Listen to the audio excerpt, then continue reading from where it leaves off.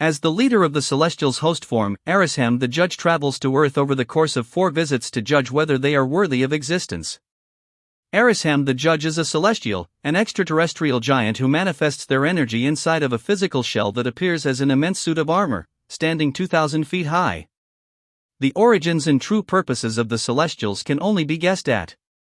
They are known to have a special bond to eternity, the embodiment of time, and have performed actions based upon eternity's will, but the scope of this relationship is unrevealed.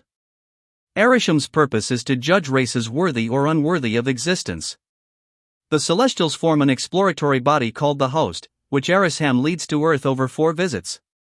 The first host arrives 1 million years prior to modern times, releasing a swarm of gatherer robots to collect DNA samples.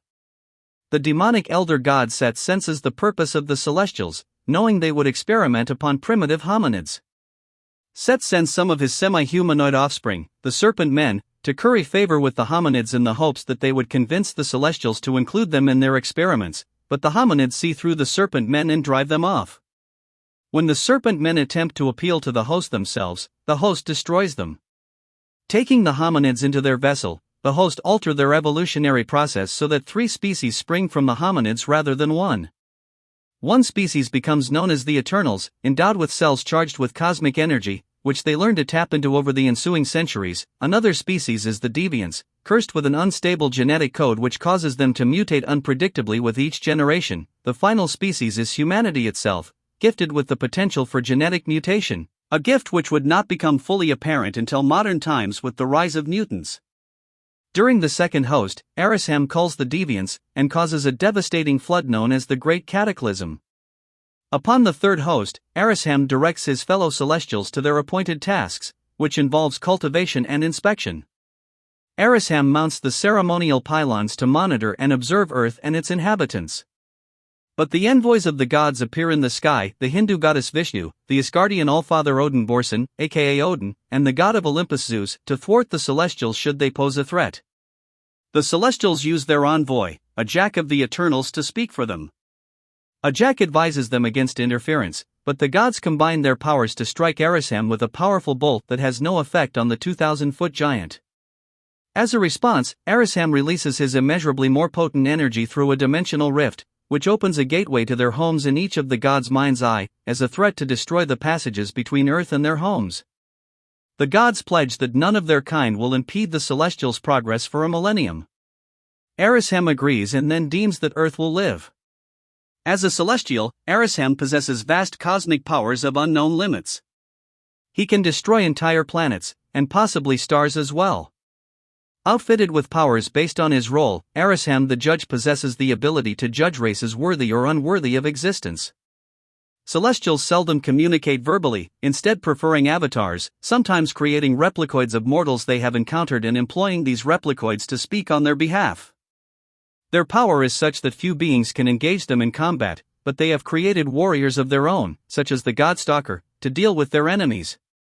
The Celestials have a keen interest in the evolutionary forces of other races, and have experimented on countless species, usually visiting worlds in a series of 4 visits, forming an exploratory body called the Host.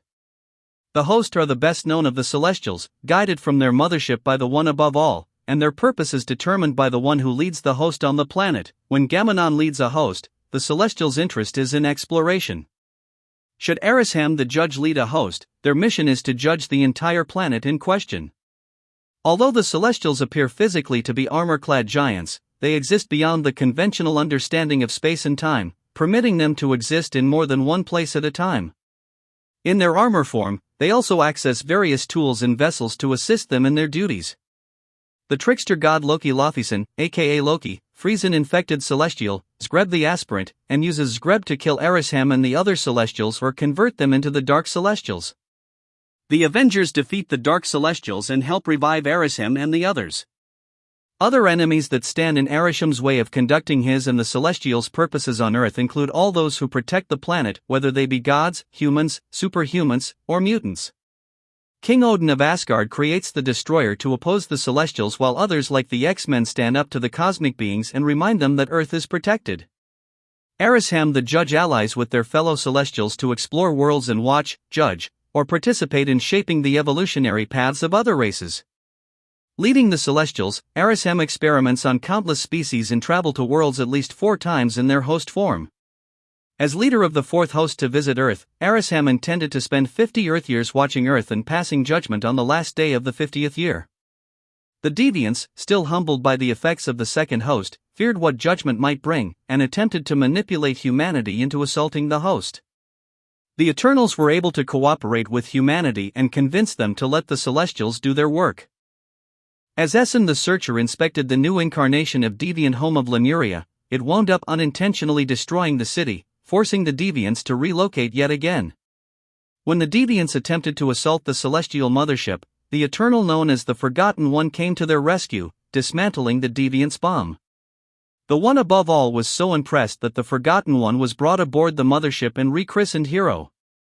As Hero, he was sent to warn the Eternals from interfering with the Celestials, but the Eternals' ally Thor Odinson, aka Thor, bested him in combat. Odin finally convinced the Eternals to side with him against Arishem and the Celestials, and Odin absorbed the souls of all the Asgardians into the magical destroyer construct, expanding its size to match the Celestials and armed with the mystical Odinsword. Aided by the Eternals joined together as the psychic entity the Unimind, they were nevertheless destroyed by the host. Although Thor later recovered all of the slain Asgardians with the aid of the other earthly gods, Zurus was slain by psychic feedback from the Unimind's destruction. Gia finally faced Arishem and the Celestials herself and presented to them 12 young men and women she and her allies had gathered, and this offering to judge in Earth's favor swayed Arishem. The host departed Earth with the 12 young gods, whom they placed in the care of Juniper and Katas, 2 extraterrestrials serving aboard their mothership. Soon afterward, the deviant priest Lord Gower acquired the energies of the dreaming celestial and attempted to claim its power for himself, but the dreaming celestial sought only to awaken from its slumber. The celestial was prevented from awakening by the Eternals and Avengers, who recaptured its energies. Although humanity had been spared by Arishem's celestial judgment, the space gods went on to judge other worlds.